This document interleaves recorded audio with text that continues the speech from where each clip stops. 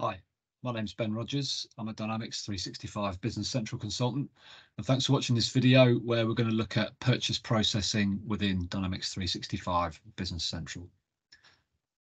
So the purpose of this video is just to take you through some of the purchase processing functionalities within Business Central. So we'll take a look at vendor management, how you can set up purchase quotes, convert those to purchase orders. From purchase orders, you can convert those to purchase invoices.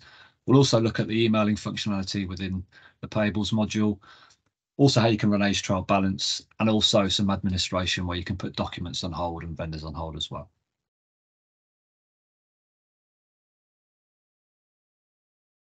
So if we go into BC, this is my homepage, and I'm just going to start in my vendors. So we've got a full vendor management system in here. Here's my vendor view, so I can see all my vendor numbers, names, payment terms, balances, etc. Hyperlinks available as well. So if I wanted to go and look in a particular balance, I can click straight onto a number, and it'll take me straight into the transactions. You can see there I've got some in red. They're my invoices that are overdue. So I could go in there and sort those out, pay those, get everything up to date. But a simple bird's eye view just at the click of a button. And if we go into a vendor card, I go into my building company. Here's all of my information, got email, contacts in there, address if I want to fill the address in, various other setups that we get ready, payment terms. This is a particular vendor that's going to be paid by BACS. So I've got a Lloyds EFT payment method output there stipulated as well. If I go into my vendors, I can also look at the bank accounts. So if we are paying BACS, we can store all of our various bank accounts in here as well. More than one bank can be had at any time on a vendor, but all of that data is there ready. If we do process some payments, we know that this vendor is going to be paid by BACS. So we're just going to start with purchase quotes. And if I put that into the search bar, get all of my options here. So we come into quotes. No quotes there at the moment, so I'm just going to create a new one. And for this vendor, we will use our computer company. So I'll select the vendor. I can change the dates if I want to. It's defaulted to 19th of the 9th, today's date. And again, we could do a GL account or we can do an item. I'm just going to do an item for this example. And I've got various items set up. So I'm just going to order some nails. And we'll just put in a quantity of 100 in there. And you'll notice I've got a nails item card set up, so that price is already defaulted in, so that can be all automated. So all I've got to do is put in my quantity and it's going to go and calculate exactly how much this invoice will eventually cost. And I'm just going to add some dimensions. So on some of the other videos we go into dimensions in a bit more details. These are just elements that we attach to our transactions so we can report against when we're doing reporting. So if we wanted to track a cost center, in my example, or a region or a project, you can then report at a much more granular level. And like I said, we've got more information on dimensions in some of the other videos that we've got. So I've got a quote ready there. I'm happy with that. So what I can then do is I can process it, or I could even send that if I wanted to. I could send it to somebody else to have a look at. If we've got workflows, I could release it. Well, there are various options available. In this case, I'm just going to make this into an order. So you can do it all from the same window. So I just click make order. Do I want to convert it to an order? Yes, I do. And you can see now it's generated an order, which I can go straight into and open. So I'm just going to click that. And there's my order. So I just need to put in an invoice number for when we convert this to an invoice. So I'll just drop a number in there.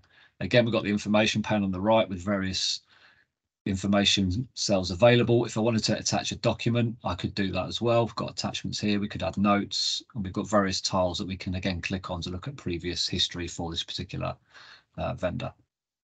Just going to remove that for a second. So my order's ready. So at this point, I'm actually going to email this. I'm just going to delve into the email functionality a little bit. And if we're happy with this order, we want to go ahead. So we've got a print send option here. So I'm just going to click send. And what I can then do is send this as an email, as you can see. So I've put its default to yes, and it's going to attach a PDF at the same time. So I'll just click OK in there. This then brings up my email window. Now, as you can see, it's defaulted the email already from my vendor card, so it knows where it wants to go. It's given it a subject and it's referenced this particular purchase order number as well as a default. Then we can use Word templates. So Word templates are templates that you can attach with a body to go into your email. So if I just go into use Word template there, I've got a couple set up. So I'm just going to use this PO header one. And if I click finish, that's got some predefined text, as you can see. So it's just saying dear vendor, etc., etc. You can use these Word templates to embed invoice numbers, order numbers as a default into here using code, contacts, names as well. This is quite a simple one. So I've just got an email address there for reference. Then you'll notice further down here, I've got my purchase order attachment. So this is ready to go. So what I can then do is just send this. That will then go to my supplier. And in a second, I should get an email, which I will show you as soon as that comes through. So at this point, we're happy. So what we can then do is convert this to an invoice. So just to keep this simple, I'm going to receive my 100 items and invoice them at the same time. So we've got posting option up here. I could preview this just to make sure there's no errors and just see what's going to happen before I do it. So if I hit preview post, it will show me all of my entries. So I can have a look at any of these entries. I've got my GL entry, my vendor, item, etc. And I can click on any of these and just have a look at all of my accounts where this is going to go. I can see my dimensions and I've got various ins and outs to various accounts, payables control, VAT, inventory, etc. So that all looks good. So we can come out of there and we can post this off. And you'll notice we can receive, or we can invoice, or we can receive an invoice. So I'm just going to do both and click OK. And then I can go and open that invoice. And there it is. The whole cycle is complete. So you can process the quote to the order to the invoice all through the same window. Obviously, you can come back at any time and come into your PO until it's fully received and complete. But that's just to show you and demonstrate the functionality is there available all in the same window. And as promised, here's the email. So we've got our email and you can see that's just gone to me. It's attached my PO to the invoice, the email as well. There it is.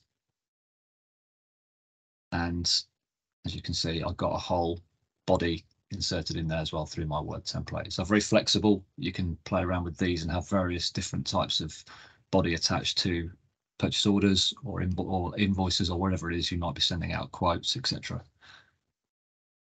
So now that cycle's complete, I might want to look at my aged trial balance. So again, if we come up to the search function, and we'll look for aged, and we've got an aged accounts payable report here. So if I click on that, this brings up my filter options again. So there's a couple of ways we can display the data. We can use date intervals or we can use number of days. I'm going to use number of days just for this example.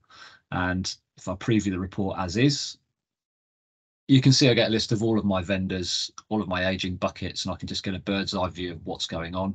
You'll notice down here as well, if there are different currencies, you get a currency summary too. I'll just close that. Various flexible options in here as well. So if I want to print details, I can turn that on. If I want a different page per vendor, I could turn that on as well and preview again.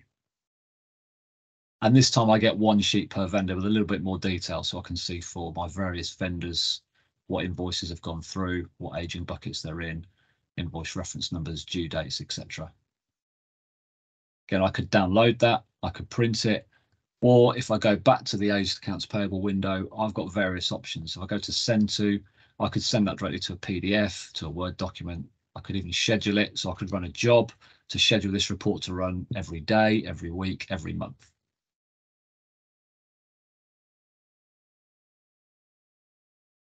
There is some credit control light management in here as well. So what we can do as well to show is if we go into vendor ledger entries.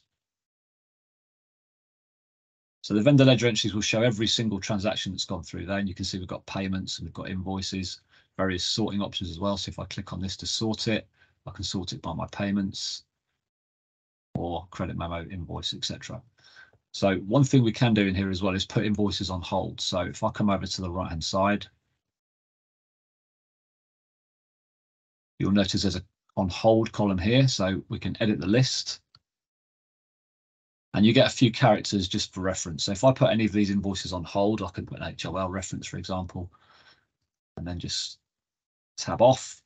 What that will do when I do my payment run, this particular invoice would not pull through into my payment run because it's on hold. So the system will recognize any items you've got on hold, any invoices you've got on hold, and it will exclude them so they can't be paid. Then you can come back at any time, just remove the hold, tab off. That would then pull through into my payment run and be available for payment. And also within the vendor card, you do get the option as well to limit what certain vendors can do at the vendor card level as well.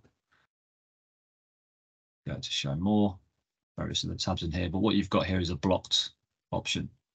So we could block this vendor for everything, or we could block it for payments.